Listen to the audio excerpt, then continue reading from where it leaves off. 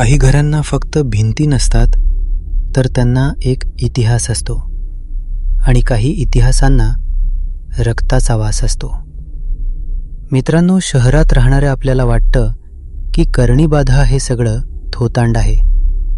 पण आजही महाराष्ट्राच्या अशा अनेक गावात असे वाडे आहेत ज्यांचे दरवाजे उघडले की बाहेर फक्त धूळ नाही, तर अनेक वर्षांचा साचलेला राग बाहेर येतो. आजची गोष्ट आहे अशाच एका शापित वाड्याची. राहुल मुंबईत राहणारा एक तरुण आर्किटेक्ट. त्याच्या आजोबांच्या निधनानंतर त्याला कळलं की त्यांच्या गावी एक जुना मोठा वाडा आहे. तो वाडा विकून टाकावा या विचाराने राहुल गावात पोहोचला.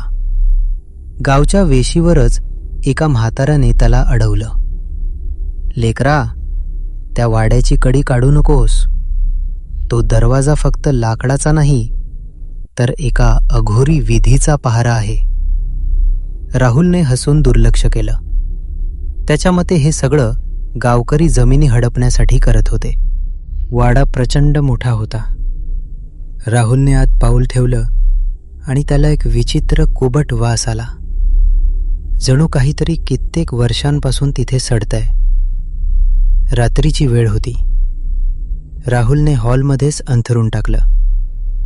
अचानक त्याला वरच्या माळ्यावरून खटखट असा आवाज आला. जणू कोणीतरी जड वस्तू ओढतंय. तो टॉर्च घेऊन वर गेला.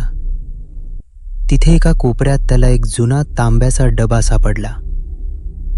त्यावर काळा दोरा गुंडाळलेला होता आणि रक्तासारखा सुकलेला लाल टिळा होता. कुतूहलापोटी राहुलने तो दोरा तोडला. डबा उघडताच आतमध्ये कापडी बाहुली, 7 सुया आणि एका स्त्रीच्या केसांची बट होती. राहुलच्या अंगावर काटा आला. अचानक वाड्याचे सर्व दरवाजे आपोआप बंद झाले. वारा सुटल्यासारखा आवाज येऊ लागला.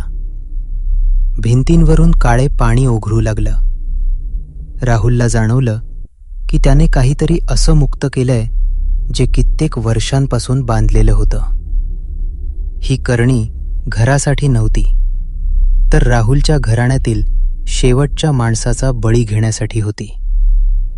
राहुल धावत दरवाजाकडे गेला, पण दरवाजा दगडासारखा घट्ट झाला होता.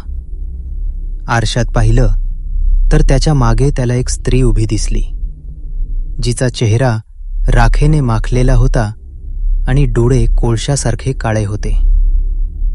तिने राहुलच्या गळ्याभोवती हात आवळले. सकाळी गावकऱ्यांनी पाहिलं तेव्हा वाडा शांत होता. राहुलचा पत्ता नव्हता. फक्त वाड्याच्या भिंतीवर रक्ताने एक नवीन वाक्य लिहिलं गेलं होतं. आता हा वंश संपला. मित्रांनो, राहुलचा शोध अजूनही लागलेला नाही, पण लोक म्हणतात की अमावस्येच्या रात्री त्या वाड्यातून आजही कोणाच्या तरी रडण्याचा आवाज येतो. काही गोष्टी विकत घेता येतात, पण काही वारसा हक्काने मिळालेले शाप कधीच सुटत नाहीत.